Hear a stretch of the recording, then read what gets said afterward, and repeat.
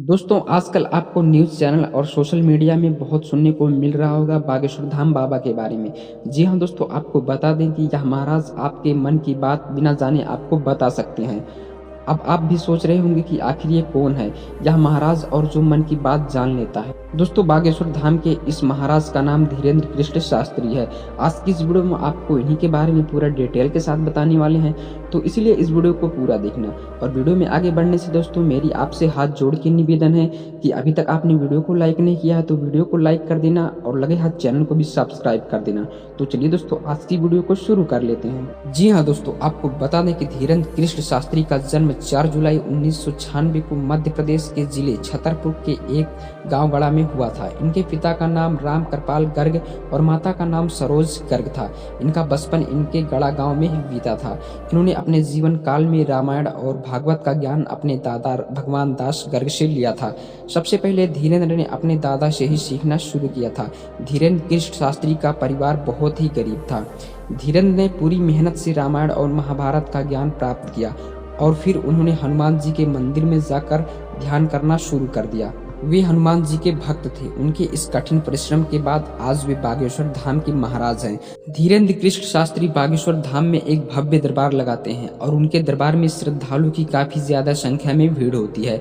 इसी वजह से उन्हें बागेश्वर महाराज के नाम से जाना जाता है। तो आइए दोस्तों बात करते हैं धीरेन्द्र कृष्ण शास्त्री के पढ़ाई के बारे में। तो आपको बता दें कि धीरेन्द्र कृष्ण जी बहुत ही गरीब परिवार से होने के कारण वह सरकारी स्कूल में पढ़ने के लिए जाते थे। 8वीं तक स्कूल होने के कारण 8वीं तक सरकारी स्कूल में पढ़ाई की और फिर उन्हें शिक्षा ग्रहण करने के लिए गांव से 5 से 6 किलोमीटर दूर गंज नामक गांव में जाना पड़ता था और वह हमेशा पैदल ही स्कूल जाते थे। लेकिन ये कभी कभी स्कूल जाते थे। वे महीने में 5 से 6 बार स्कूल जाते थे। 12 साल की उम्र में उन्होंने हनुमान जी की भक्ति करना शुरू कर दिया था। इसके परिणाम स्वरूप उन्हें कई अनोखी शक्तियां प्राप्त हुई। उन्होंने 12वीं की पढ़ाई गंज गांव के स्कूल से ही पूरी की थी और फिर उन्होंने स्नातक स्तर की पढ़ाई करनी चाहिए, लेकिन रेगुलर पढ़ाई करना इनके लिए मुश्किल हो रहा था। तो इन्होंने प्राइवेट से स्नातक स्तर की पढ़ाई पूरी की। इसके बाद उनका मन मानव सेवा में लगने लगा और फिर उन्होंने पढ़ाई करना छोड़ दिया और फिर दादाजी और अपने पूर्वजों के मार्गदर्शन को अपना कर्तव्य मानते हुए कल्याणकारी काम करना शुरू कर दिया। महाराज धीरेन्द्र कृष्ण शास्त्री ने एक बचपन से ही गरीबी रेखा में जीवन बिताया है। उन्होंने अपनी गरीबी को दूर करने के लिए बहुत संघर्ष किया। शुरू में वे ऐसे जरिया ढूंढ रहे थे जिससे उनका परिवार गरीबी से दूर हो सके, जिसके लिए उन्होंने भागवत और कथा सुनाई। उससे उनके पास धीरे धीरे पैसे आने लगे और उनकी घर की आर्थिक व्यवस्था में सुधार आने लगा, जिसके बाद लोग भी उनकी कथाएं सुनने लगे और धीरे धीरे लोग उन्हें जानने लगे और फिर वह जगह जगह पर कथा वचन करने लगे। तो आइए दोस्तों आपको बताते हैं कि बागेश्वर धाम के बारे में। बागेश्वर धाम एक हनुमान जी का मंदिर जो मध्य प्रदेश के छतरपुर जिले के गड़ा गांव में स्थित है। इसी गांव में धीरेन्द्र कृष्ण शास्त्री का जन्म हुआ था।